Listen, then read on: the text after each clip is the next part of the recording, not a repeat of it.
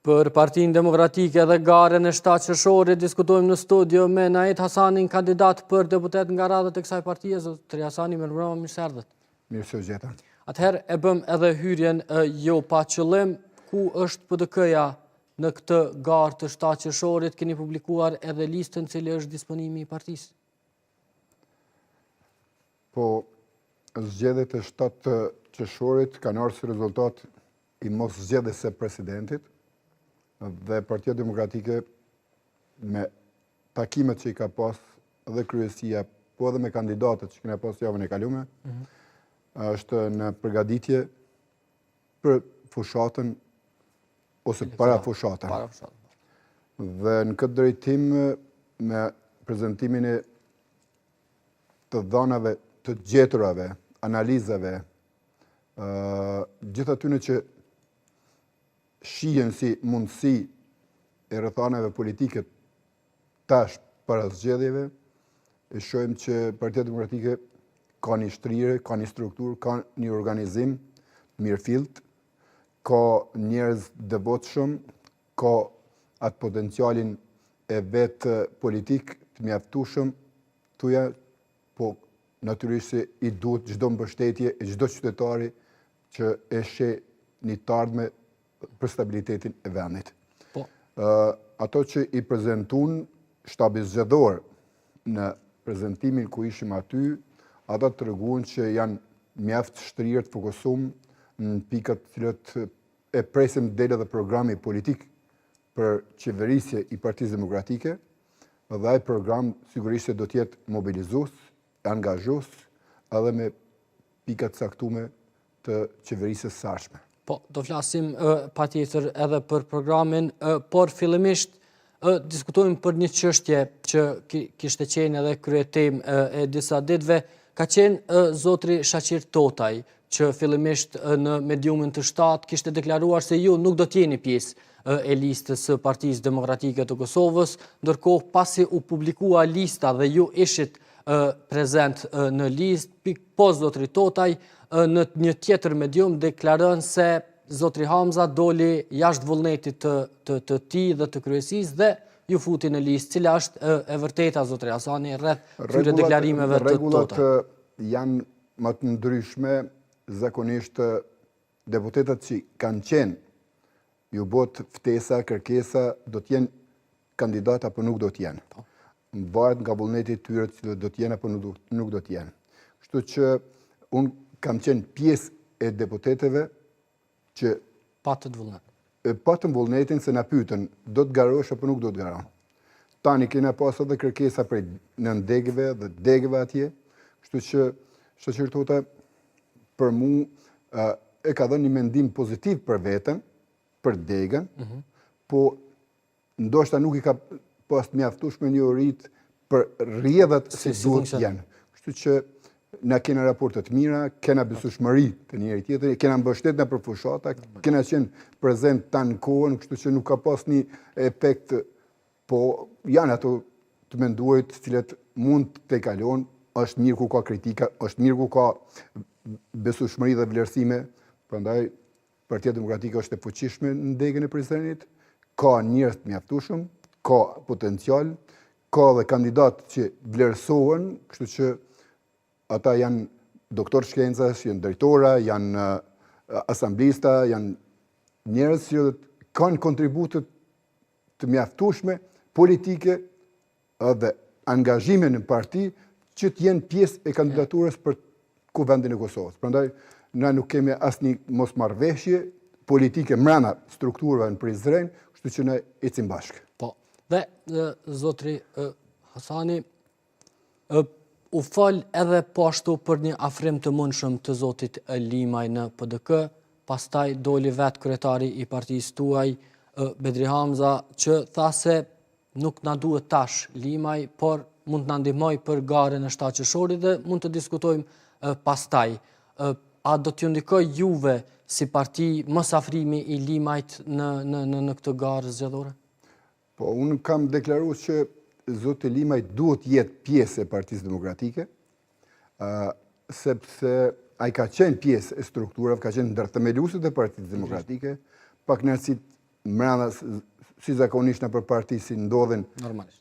e ka kriju për një kohë caktuar një subjekt vetin, tani e ka ardhur një rrethon kohore politike, po ashtu, për shkak edhe të angazhimeve tina, po edhe për shkak të proceseve të gjykatës speciale në Hagë atje, që ta shohim një prymë të përbashkët për angazhimin tonë politik. Kështu që mos prezenca nuk do të thotë ne gjatë të jashtëzakonshme kur ai kërkon të shkrinjet si subjekt. Do të thotë ta shuj si subjekt dhe të garoj me logon e PDK-s. Po. Tani ka pak knatësi, ka rrethana politike të mbrëmshme të cilët kanë mund të jenë si pengesë, po unë janë minimalisht 30.000 vota në pyetje. Unë e shoh Fatmirin si pjesë të PDK-s, si mbështetje e PDK-s dhe si e angazhuar në PDK për zgjedhjet e ardhshme brenda partisë. Kështu që unë besoj që potencialin e vet edhe të votuesve, po edhe intelektual, po edhe politik, po edhe në mbështetje kryesore, si një nga njerëzit kryesor, edhe të luftës, edhe bashkëluftëtarëve, kështu që gjithë ata do të jenë pjesë që unë besoj që e ardhmja e tina është pjesë e Partisë Demokratike, edhe mbështetje e fuqishme, po ashtu që një njeri që i duhet Partisë Demokratike. Po dhe pikrisht e përmendëm që në hyrje të këtij emisioni listën dhe zotrin Hamza që tha se do të jenë 60% figura të reja, jo i përmendët qytetarët dhe disponimin e strukturave në përgjithësi të Partisë Demokratike. Me çka bindet qytetari zotri Hasani kur ka kaq shumë zgjedhje në kaq pak kohë, me çka do ta bindni jo qytetarin se PDK është ajo që i duhet vendit dhe jo partitë e tjera. Po kur kiet parasysh pra që lihen figura si Lima jashtë dhe ftohen figura të reja që ju duhet më shumë kohë për të ndërtuar narrativën e tyre sepse meritojnë të jenë pjesë e vendit. Mjaftueshme kohore për angazhimin e Limajt, Limaj e ka vendin aty në Partinë Demokratike, se nuk kena pas sisteme zgjedhore të mbrëmshme për shkak të zgjedhjeve pas zgjedhjeve, dhe kështu që me sistemin zgjedhor Lima do të jetë pjesë e Partisë Demokratike në atë drejtim dhe e besoj dhe e ka vendin aty. Ndërsa angazhimi i strukturave ose njerëzve të ri, me përqindje nuk po një sa, po megjithatë angazhimi i njerëzve të ri është i mirëseardhur, kjo tregon fuqinë e Partisë Demokratike, kjo tregon njerëzit ose qytetarët të gatshëm të investojnë për Partinë Demokratike dhe kjo tregon fuqinë politike të saj. Prandaj fuqia politike vje nga ideatorët, vje nga rrjedha e ushtrisë shqiptare të Kosovës, vjen nga angazhimet edhe vendimet që i ka marrë Partia Demokratike, njerëzit besojnë këtë, besojnë se kanë besu kur është bërë lufta, është liru, kanë besu kur është shpallë pavarësia, kanë besu që është bërë dhe ushtria e Kosovës, kanë besu në policinë tonë, të drejtën tonë, në zhvillimin tonë. Prandaj, ka pas hove mas 2008-ës, hove i zhvillimit ekonomik, infrastrukturës, do të thonë njerëzit e besojnë atë kohë. Prandaj, edhe angazhohen këtë drejtim. Edhe kështu që i shoh mjaft intelektual, mjaft të ri, mjaft të reja që janë të angazhuar dhe kanë bërë kërkesa të jenë pjesë e Partisë Demokratike, edhe si rini, po edhe si intelektual që kanë një background të jashtëzakonshëm politik të kohës edhe të ndryshimeve. Kështu që e shoh që Partia Demokratike me ndryshime ose me gjenerata të reja tregon brumin, fuqinë politike dhe angazhimin e tyre për të mirën e qytetarëve dhe rinisë. Po, i përmendëm zgjedhjet e 7 qershorit, janë zgjedhje të jashtëzakonshme për shkak të mosmarrëveshjes për presidentin. Në këtë studio, kolegja nga partia juaj, zonja Ariana Musliu Shoshi, pati deklaruar se këto zgjedhje janë suksesi më i madh opozitar i Kosovës. Pra shkuarja në këto zgjedhje është suksesi më i madh që opozita kosovare ndonjëherë e ka arritur. A pajtoheni ju personalisht me këtë deklarat dhe si e pat shkuarje në zgjedhje për këtë mosmarrëveshje? Mendoj që të menduarit individual nuk prezanton edhe drejt për drejt çdo herë të menduarit partiak. Absolut, absolut. Kështu që njerëzit mendojnë ndryshe, unë kam mendime të ndryshme, ata tjerë kanë ndryshe për një proces ose për një zgjedhje. Prandaj A edhe jemi ishin të parti nevojshme demokratike. këto zgjedhje dhe a na gjejnë gati këto zgjedhje? Neve, për mu personalisht, do herë mu i me shku në zgjedhje.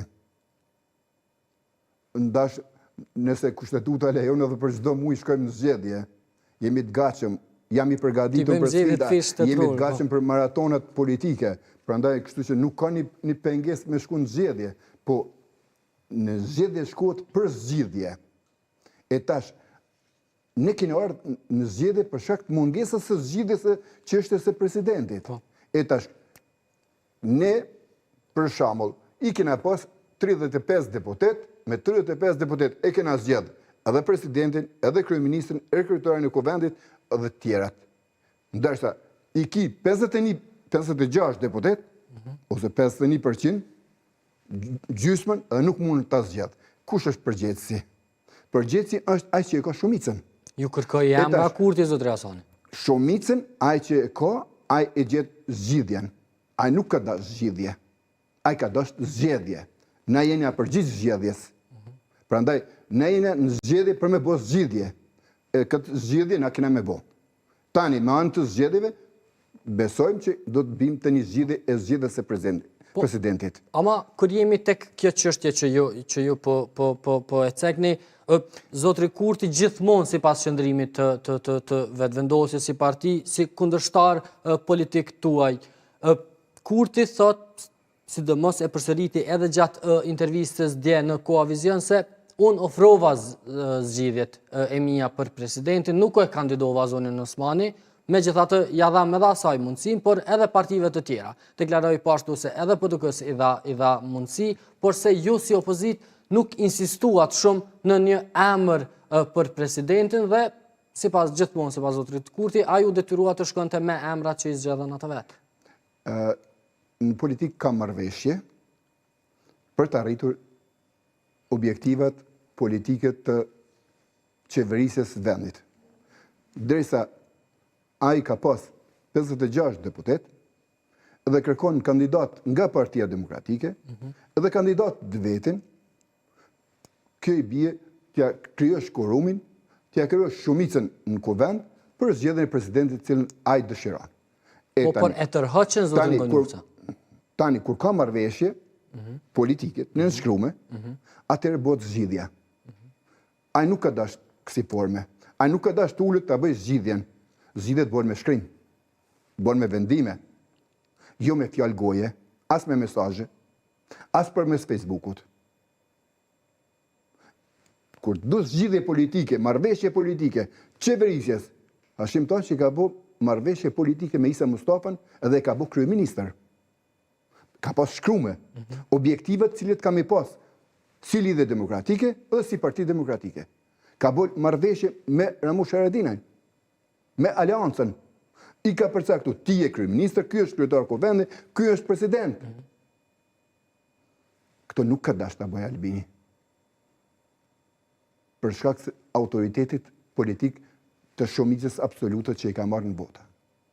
E tash, derisa nuk e kupton demokracinë politike, mund t'jesh i mençur, po du ta kuptosh demokracinë. Demokracia është marrëveshje, është kompromis, është angazhim politik. Për zgjidhje, ai nuk ka dash zgjidhje. Këta du ta dinë qytetarët e Kosovës. Ai nuk ka dash zgjidhje. Po ne t'ishim me numrin e tillë, na kishim zgjedh edhe presidentin, edhe kryetarin e kuvendit, edhe të gjitha. Jo me 9 muaj na me qenë pjesë peng e kuvendit Kosovës. Edhe tani me shku prapë në zgjedhje për çështjen e presidentit. Po. E tash, kur nuk do t'i zgjidhje, do angazhimin në detyrë, se i konvenon veprimet në detyrë. Veprimet në detyrë nuk janë të përgjithshme dhe si të papërgjithshme, ai merr vendime natyrisht për nevoja politike të vetat. Ai në t'i merr ato, po janë papërgjithshme, janë palidhshme, si janë detyrë. E për në detyrë ki angazhimet jo prezentime. Ai është kryetari i partisë. Ai në ta merr angazhimin e partisë, ai në t'i drejton, ai në të angazhohet. Po jo unë jam edhe nuk ka tjetër. Në demokraci nuk ka unë, në demokraci ka ne. Bashkarisht du të zgjidhin problemin. Vetë nuk zgjidhet. As dhëntarëmën dhe mas shtatë qershorit nuk zgjidhet vetë. Presidenti nuk zgjidhet vetë. S'ka mundësin. Kushdo që t'jetë. Kushdo që t'evitoj zgjedhjet. Me çfarë do përqinë dalin? Duhet me pas 80 deputet për me të dhënë votën ty, me pas votët në kuti. Atë e ka thënë edhe zotri Kurti. Dhe ndërkohë ju ka ftuar edhe juve që të propozoni emrin tuaj, të mos propozoj emër vetë vendosje, por që të jeni pjesë e quorumit në kuvend. Pra me emrat që ju do t'i propozonit. Jo, ai nuk ka desht ashtu. Ai ka desht një të prezentojmë ne, një të prezenton ai. E tani, elektorati ose votuesit ose deputetët cilët janë me 57, kush e fiton? Ai që i ka 37, 30, apo ai që i ka 57. Kështu që ti e bën quorumin dhe ai fiton zgjedhjet, ai fiton. E tani, ti kesh 3 pushtete në një shtet demokratik, është e papranueshme. Është e papranueshme sepse nuk ka demokraci, ka unitarizëm, ka shtet partijak. E nëse duam shtet partijak dhe shtet një partijak, atë jemi në rregull. Tani janë zgjedhjet, ne ta bëni një shtet partijak dhe e përfundojmë procesin demokratik dhe kalojmë në sistemin e autoritar. A ka qenë edhe zgjidhja apo zgjidhja pra e emrit të zonjës Feride Rushiti çështje partijake, me që nuk u pranua zotri Konjufca, nuk pati emra nga opozita, u thanë 2 emra për shkak të korrekcisë dhe në seancën e fundit, pra para se të shpërndahej kuvendi, ishte e ditur se zonja Feride Rushiti do të ishte njëra prej 2 kandidateve bashkë edhe me zonjën Hatixhe Hoxha për presidente. Pse aty si opozit nuk bët quorum, zotri Hasan? Me keqardhe, zonja Hatixhe është njoftu që kena lexuar, që kena pa përmes Facebookut, që në autobus ka qenë kur ju ka njoftu si do t'jesh kandidate. Zonja Feride për angazhimin e vetë për krimet e luftës, për dhunën seksuale, edhe ajo ka ardhur ditën e fundit.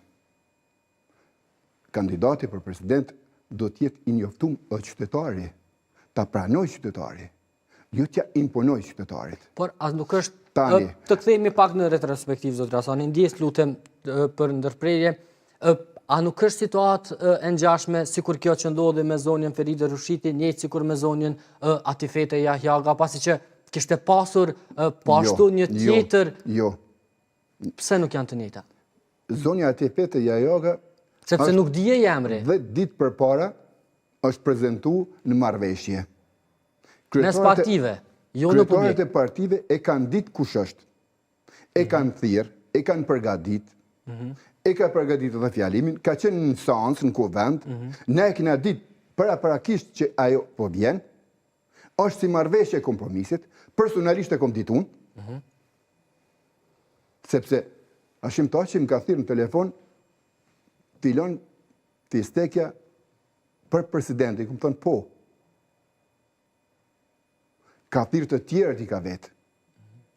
E po tani, ajo është keni marrëveshje pritur politike. diçka të ngjashme, një diskutim të ngjashëm nga Kurti. Jo, na veç kur e kena po del emri në orët e fundit. Kjo është lojë politike. Lojë politike t'jo shes, ta djegi edhe një kandidat tjetër, ta djegi edhe një grua që ka dhënë një kontribut për dhunën seksuale në Kosovë gjatë luftës. Kontributi i saj është i pasaventësueshëm këtë drejtim.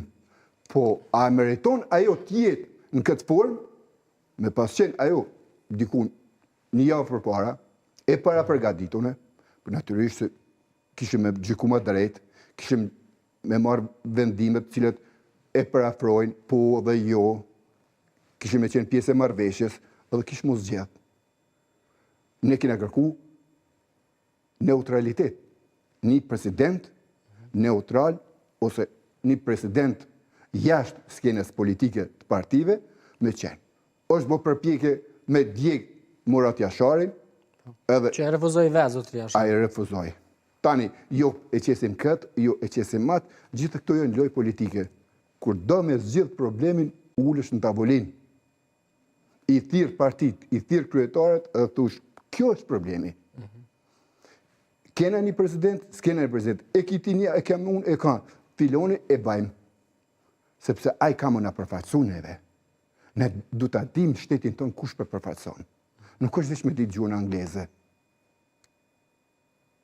Gjuha angleze mund të shkohet me përkthim. Shtetet perëndimore shkojnë me përkthim. Për shkak stenogrameve edhe mos gabimeve. Ose edhe mësohet, siç kishte bërë Zonja Osmani me gjuhën frënge. E po tani, Zonja Osmani ka pas përfaqësime të mira diku ndoshta nuk ka pas. Po, dhe ajo ka gabimet e veta. Po, diskutojmë edhe për të, por çka nëse pas 7 qershorit është situatë e ngjashme, zotëri Hasani, e pam edhe kronikën që u transmetua për shkak të vakumit institucional, nëse mund të krijohet, çka nëse pas 7 qershorit rezultati nuk është i kënaqshëm për asnjërin palë dhe përsëri shkojmë në për ato maratonat e seancave të kuvendit për kryeparlamentarin, për qeverinë, dhe kur dihet se tani duhet edhe presidenti pra të futet në votim pasi të konsolidohet fillimisht kuvendi. Çka nëse është situatë e ngjashme me ato që ndodhi vitin e kaluar? Nuk është bashkë e ngjashme.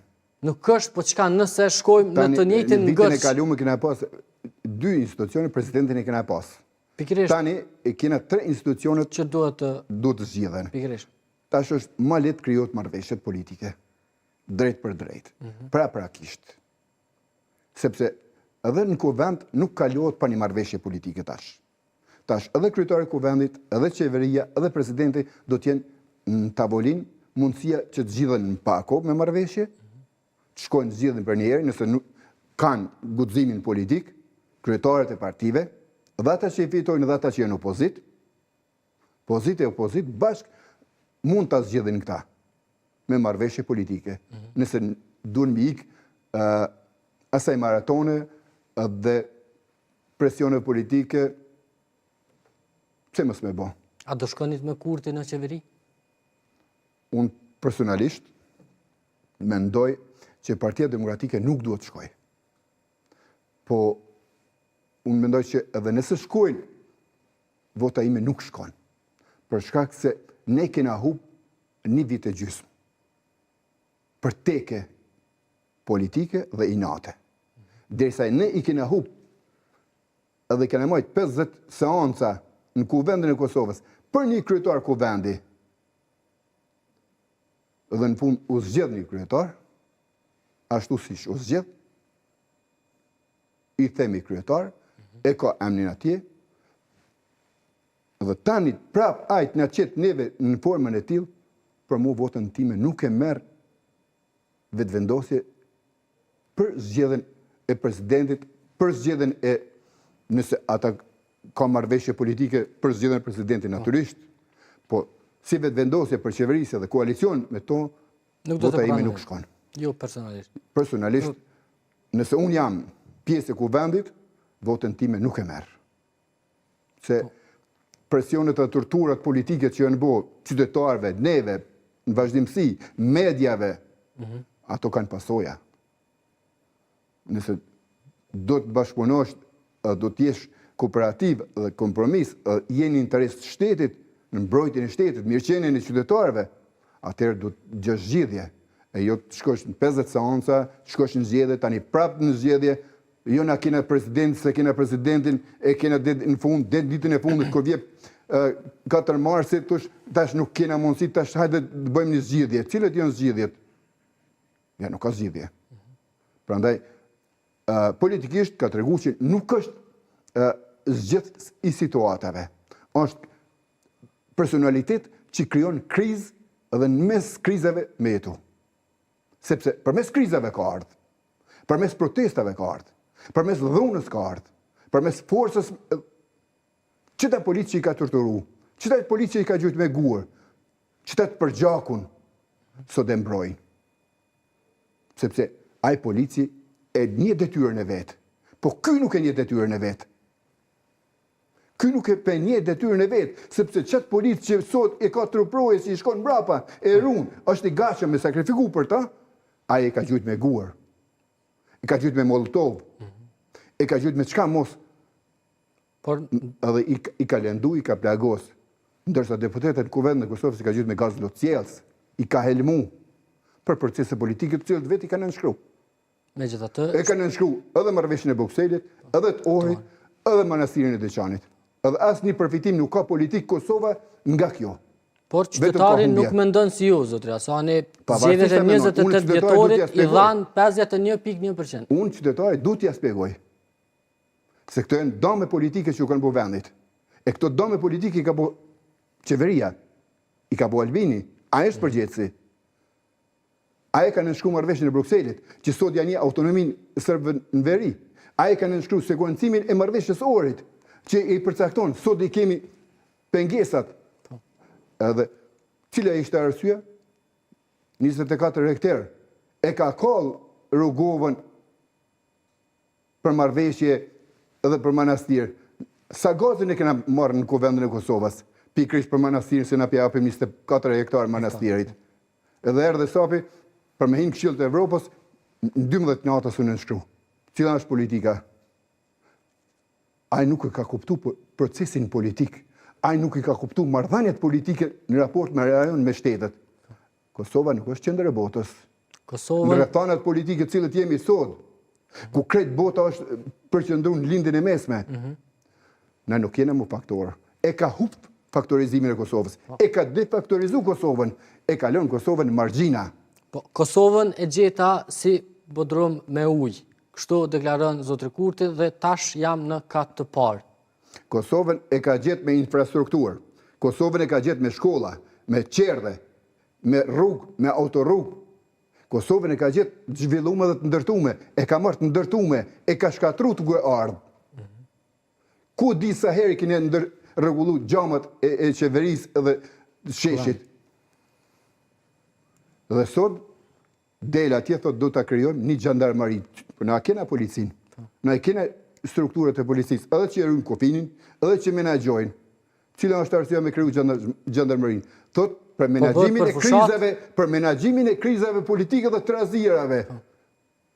Duke menduar si ta ketë edhe një strukturë policore politike. Për menaxhimin, për me mbrojtje politike thoni, sipas juve. Po, për mu po. Me ato që lexova, me ato që pash, në nënshkrimi me kriju një gjandarmëri është politike. Por u thanë gjithashtu se do krijohet një grup punues ku do të flitet për modalitetet. Modalitetet i ka përcaktuar për çfarë? Do të jetë një institucion me presjeve për menaxhimin e krizave. Që shërben si një institucion mes policisë dhe ushtrisë. Mbrojtjen e institucione. Po dhe na kena pas policin, ku i kanë gjujt që kjo polici ka qenë. Që kjo e ka menaxhuar situatën. Që kjo e ka mbrojt institucionin.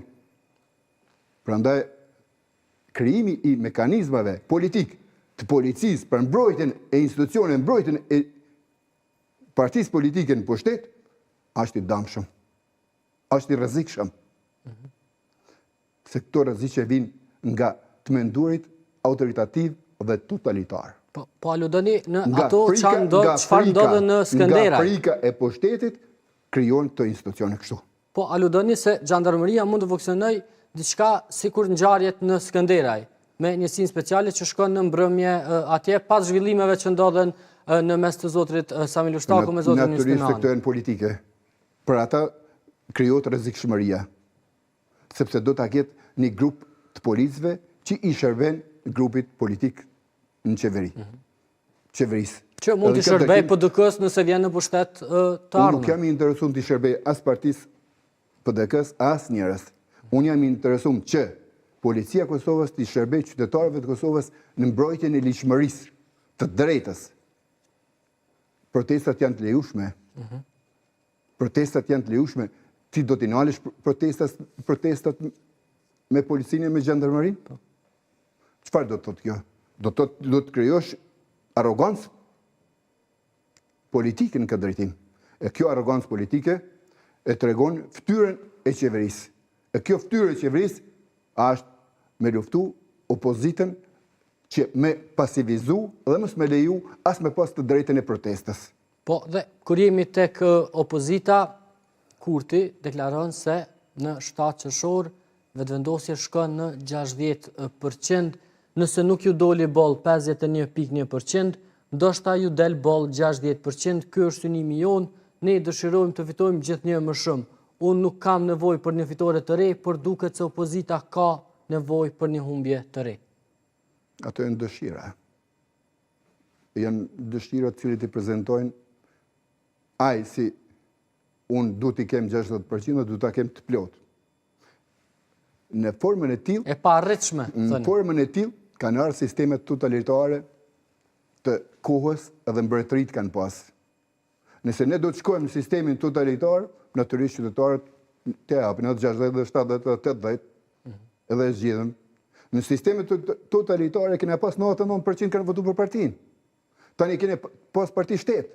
Edhe tash, nëse ky është mentaliteti i shkurit, në zgjedhje për pasur parti shtetë, atë jemi në rregull. Po du ta kuptojmë se në parti shtetë janë domët më të mëdha politike që ju kanë bërë qytetarëve dhe intelektualëve. Edhe pasoja ka.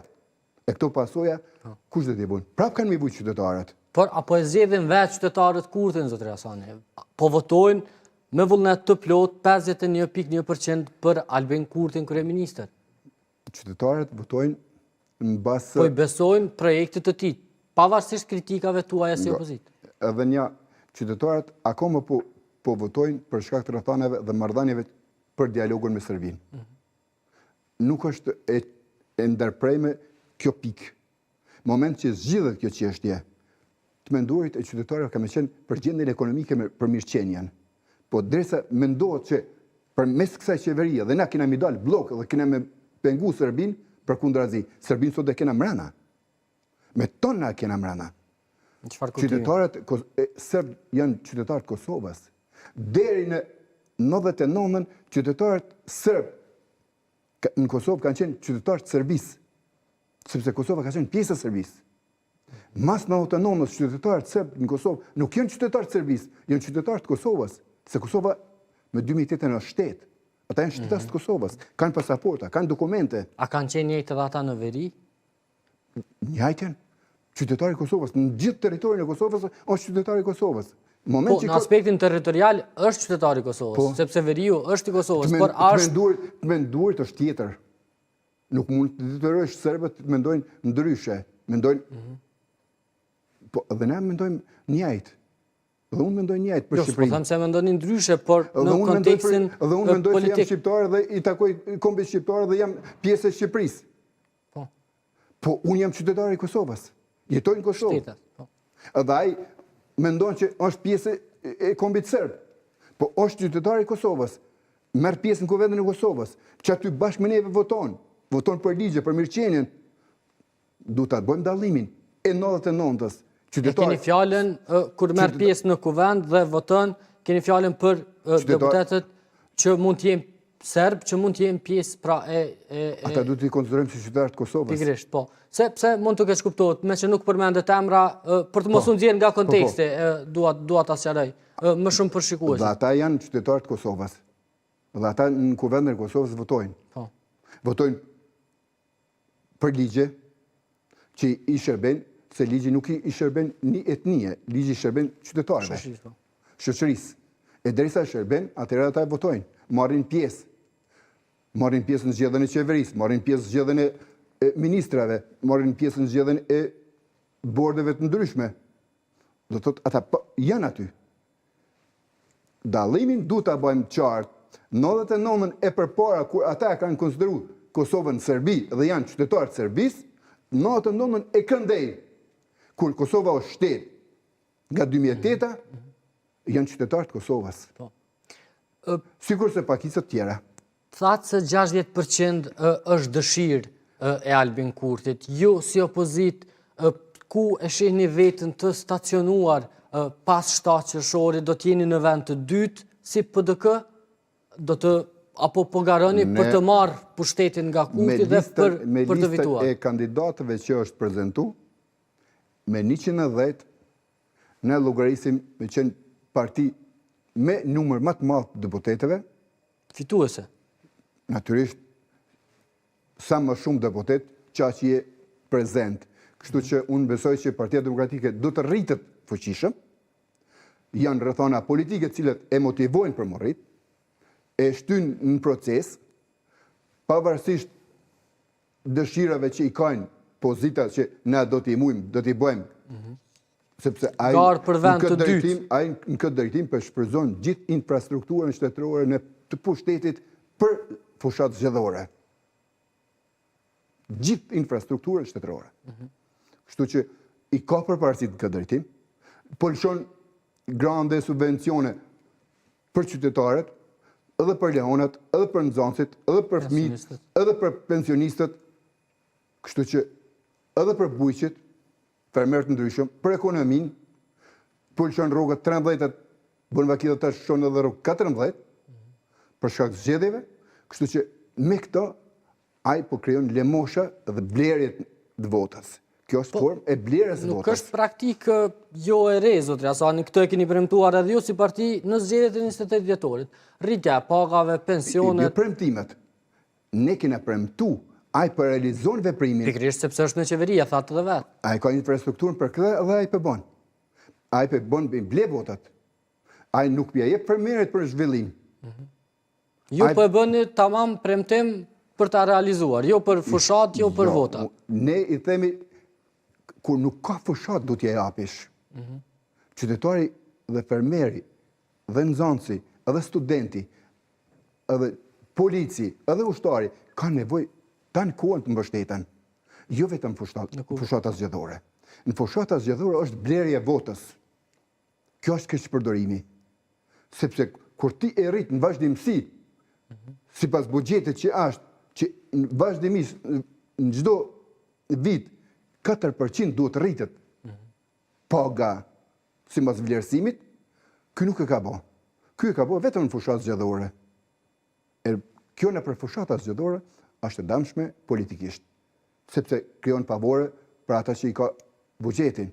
Po në këtë drejtim, Partia Demokratike ka avantazhet e veta politike në rrethanat e sotshme që jemi, me listën që e ka, me njerëzit që janë aty, me backgroundet e ndryshme kombëtare, intelektuale, politike dhe angazhimet e tyre në menaxhim situatave, unë besoj që do ja dalim fitues. Po, jemi në 5 minutin e fundit, zotri Asani, për shkak edhe të kohës kësaj gare, është futur edhe zonja Osmani, garojnë brenda një liste me lidhjen demokratike të Kosovës dhe zotrin Abdigjiku. Osmani, si bartës e listës, në këtë formulën e re të LDK-s, garon për presidente, Abdigjiku për kryeministër. Sa ju rrezikon juve LDK-ja dhe për ta përmbledhur kështu për shkak se ka shumë çështje sa i përket kësaj të Osmanit, thatë se me Kurtin jeni kundër me Osmanin, a do pranonit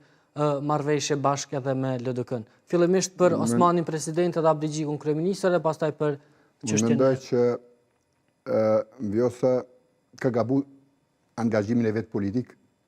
Ka gabuar. U dash t'i ruaj autoritetin e vet që ka mujt ta krijoj si presidente. Angazhimi i sajna në politik edhe njëherë kthimi në parti politike dhe kthimi në lidhje demokratike, nuk besoj që e ka atë vlerën që ka mujt ta ketë më herët. Për shkak se ajo i tratoi një lidhjen demokratike për interesa personale, dhe në këtë drejtim i bëni dy gabime politike të jashtëzakonshme të rënda politike për veten e saj kur i shpalli zgjedhjet në vetor, edhe kur doli me deklaratën se personi në fjalë, kryeministri, është njëri i rrezikshëm. Nëse është i rrezikshëm, si nuk e ki prezentu ma herët, pse nuk e ki denoncu ma herët, pse nuk ki marrë masa ma herët, u dasht marrësh masa, kur e ki ditë që është i rrezikshëm, edhe cila është arsye ti me punu me një president që është i rrezikshëm i vendit, që i rrezikon vendin. Ajo me këto deklarata ka treguar se është e papjekur politikisht. Osmani papjekur politikisht? Politikisht. Sepse ajo ju ka nënshtruar politikës tina. Kjo tregon se nuk e ka pas autoritetin e vet. Ju ka nënshtruar për zgjedhje, tani del thot atje, un kam dëshmi të mjaftueshme që ndom ka qenë veç me Vučićin dhe ka fol ka ndajt me orë të tëra. Nëse ti si presidente i ki pas të dona, edhe ti nuk i marrë masa të nshkelet kushtetuese, ajo duhet përgjigjet për këto. Jo, edhe Kurti dhe Konufca demantuan këtë, duke thënë se janë takime normale që... Unë po flas për Vjosën. Po, Unë po e flas ka parasysh, po. demontat e këtyre. Unë po flas ajo përgjithse pikërisht për këto është. A rriti Osmani Kurtin? Kurti e ka rrit Osmanin. Kurti e ka rrit Osmanin, e ka bërë presidente. E ka bërë të njohur ndërkombëtarisht. I ka dhënë mundësi. Ka dash mandatin e dytë, ka thënë nuk jem mjafton një mandat, dhe pse nuk më bën mua president edhe një herë, unë tash jam kundër teje. Do të thonë 5 vite pas mundësi, ti jesh i mirë, ti jesh i lojal, ti jesh i besueshëm, gjitha, ti jam shefish, ti jam bulon qeverisë, gjitha të metët, e në fund ti je i rrezikshëm edhe i keq. To në politik nuk shkojnë. Për mua janë papranueshme dhe të rrezikshme. Nëse ti, si ish presidente, tash i bjen, ose presidente, që e ki kry mandatin, dhe ti thush, këto janë të rrezikshme, cila është arsyeja, ajo du ta kuptoj ligjin si sekretet shtetërore i ka të mbyllura, nuk guxon ti prezentoj paktën 5 vite. Ajo prezenton. E tash, kur ti prezenton, ti e bën bashkëfajtor veten. Ajo është fajtore. A do bashkëpunonit në të ardhmen me zonën Osmani dhe me LDK-n gjithmonë nëse ju do t'jeni partia fituese pas 7 qershorit? Unë besoj që Partia Demokratike do të bashkëpunojë me opozitën. Tani ka shumë partner që po garojnë, përveç që Lidhja Demokratike është Aleanca, është Partia Social-Demokrate, ka dhe të tjerë. Kështu që unë besoj që ata do të gjojnë një gjuhë përbashkët si opozit, nëse janë opozit, nëse dojnë marrëveshje politike për të arritur të tje, kanë mundësi të bisedojnë, kanë mundësi të janë partner një koalicioni, sepse Partia Demokratike ka qenë një qeverisi bashkë me Lidhjen Demokratike edhe kanë pas një zhvillim suksesëm të zhvillim të vendit, kështu që kanë mundësi të bëhet edhe ato, nëse ka kompromiset të brendshme. Po, Zotër Hasani, do të kemi kohë dhe mundësi të tjera kur të fillon edhe fushata të diskutojmë edhe për fushatën edhe për programin e PDK-s. Të falenderoj shumë që ishit pjesë e Infonatës. Faleminderit për jush. Na i garojmë, jemi pjesë e garës politike. Paraprakisht jemi duke i zhvilluar ato takimet tona. Uroj më të mirë të mundshme për gjithë qytetarët e Kosovës të votojnë ata që i besojnë. Po, do shohim me 7 qershor, shikues të nderuar. Ka qenë kjo gjithçka për këtë edicion të Infonatës këtu në TVN. Ju vazhdoni të qëndroni me programet tona, natën e mire, mirëmbëjtje.